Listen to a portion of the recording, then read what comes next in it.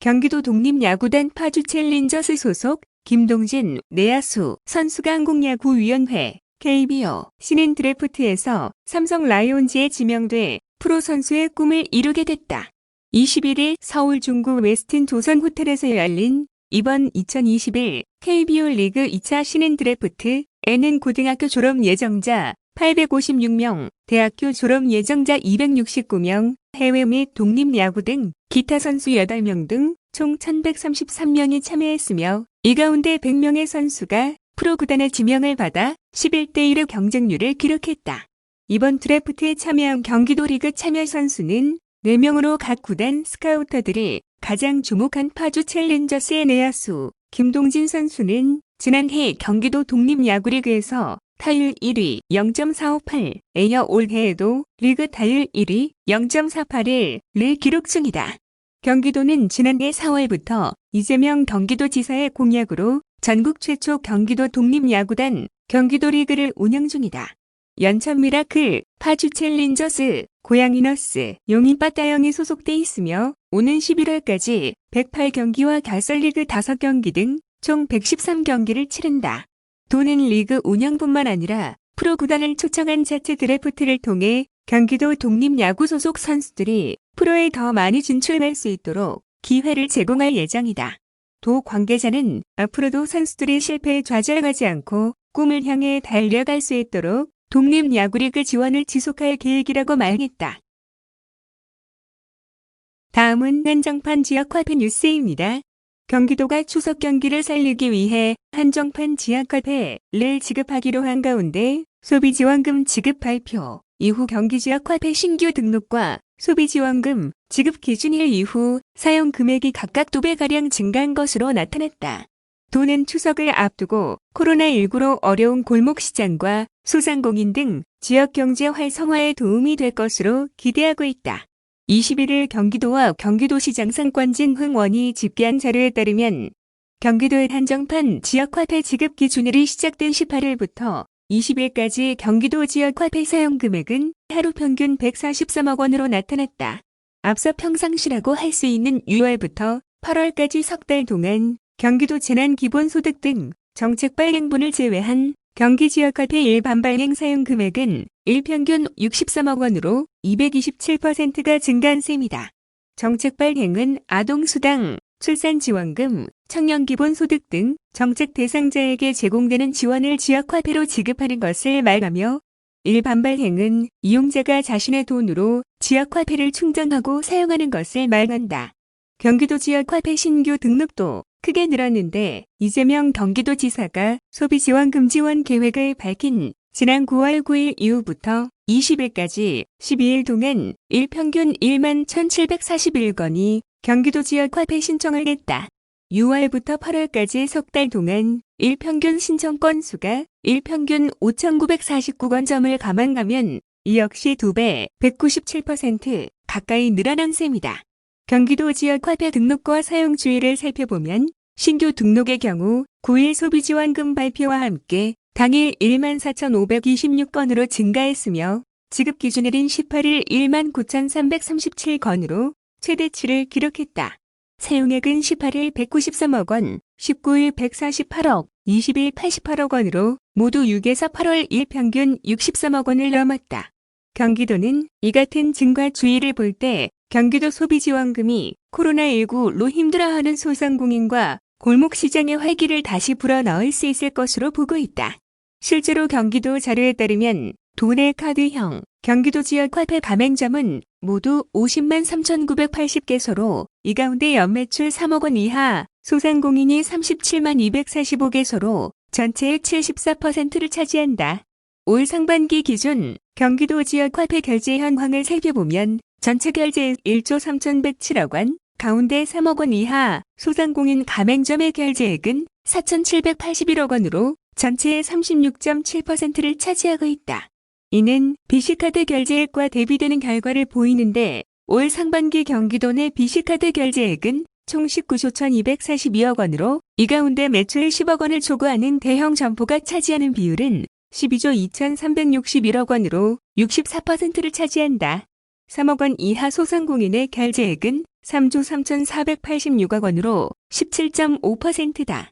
조장석 경기도 소상공인과장은 이 자료는 지역화폐가 소비 패턴을 대형마트 등 대규모 점포에서 지역경제 모세혈관인 골목상권으로 전환시켜 소상공인 중심의 지역경제 선순환을 유도한다는 사실이 보여주는 것이라며 전통시장 등 현장에서도 활기를 다시 찾고 있다는 정황들이 나타나고 있다고 말했다. 한편 소비지원금은 20만 원 충전으로 기존 10% 인센티브와 함께 15%에 해당하는 추가 소비지원금 등 역대 최고 수준의 혜택을 제공하는 경기도의 경제방역 정책이다. 소비지원금 혜택을 받으려면 9월 18일 이후 사용의 기준으로 늦어도 11월 17일까지 최소 20만 원을 소비해야 하는데 1천억 원 규모의 예산 소진 시까지 경기지역화폐카드 또는 모바일 지역화폐를 소지한 모든 경기지역화폐 이용자를 대상으로 선착순 지급한다. 다음은 코로나19 긴급대책단 정례 브리핑 뉴스입니다.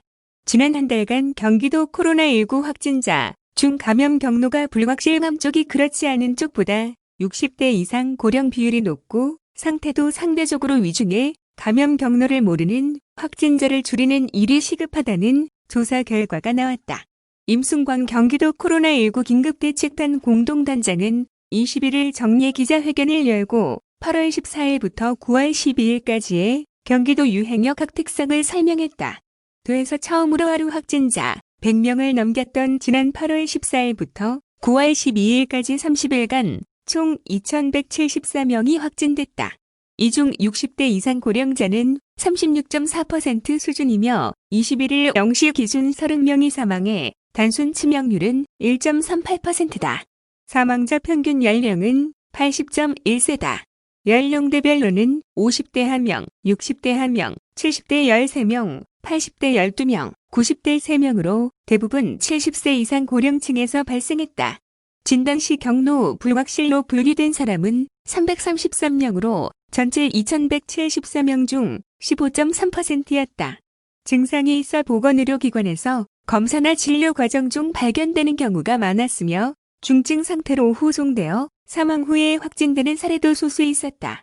감염 경로 불확실로 분류된 333명과 그렇지 않은 1,841명의 특성을 비교하면 60대 이상 고령 비율은 42.0% 대 35.4%로 감염 경로 불확실 쪽이 약 6.6%포인트 높다.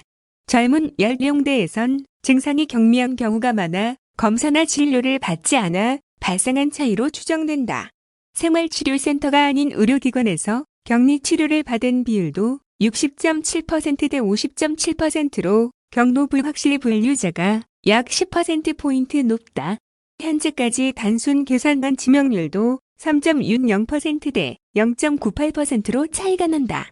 임 단장은 경로를 모르는 채 확진되는 사람의 숫자가 뚜렷이 줄지 않으면 진정 국면의 이번 유행은 다시 확산될 수 있다며 더불어 치료 정원의 추가 확보 필요성도 시급해진다. 아직 조심스럽게 살펴야 할 시기가 분명하다고 강조했다. 21일 0시 기준 경기도 확진자 수는 전일 0시 대비 18명 증가한 총 4,174명으로 도내 12개 시군에서 확진자가 발생했다. 신규 확진자의 감염 경로는 서울 동훈산업개발 관련 1명, 의정부 백병원 관련 2명, 서울 강남 KT1Q 관련 4명, 용인 동백어르신요양원 관련 1명 등이다. 서울 강남구의 부동산 관련 업체인 동훈산업개발과 관련돼 도내 누적 15명이 확진 판정을 받았다. 지난 15일 직원 중 서울 확진자의 첫 발생 이후 16일부터 19일까지 회사 관련자 및 그 가족 등 14명이 확진됐고 20일에는 1명이 추가됐다. 추가 확진자는 가족 접촉자로 18일부터 격리 중 확진됐다. 의정부 백병원과 관련해 20일 이곳에서 일하는 간호조무사가 첫 확진됐다. 도는 확진자가 발생한 병동의 환자, 간호사, 보호자 등 79명을 코호트 격리했으며 접촉자로 분리된 124명에 대해 검사를 진행했다. 21일 0시 기준 101명의 검사 결과가 보고되었고 간호사 1명이 추가 확진됐다. 지난 14일 서울 강남구 소재 다단계 투자업체인 KT1Q 직원의 첫 확진 이후 20일 직원과 방문자 등 4명이 추가 확진된 누적 확진자는 총 5명이다. 용인 동백어르신요양원과 관련해 지난 9일 이곳의 요양보호사가 첫 확진된 이후 입소자 1명이 추가 확진됐고 20일에는 코호트 격리 중이던 입소자 1명이 추가 확진되면서 누적 확진자는 총 3명으로 늘어났다. 확진자와 같은 호수를 사용했던 입소자 3명에 대해 격리 기간을 연장 조치하고 접촉했던 요양보호사 5명에 대해 검사 실시하고 능동 감시 중이다.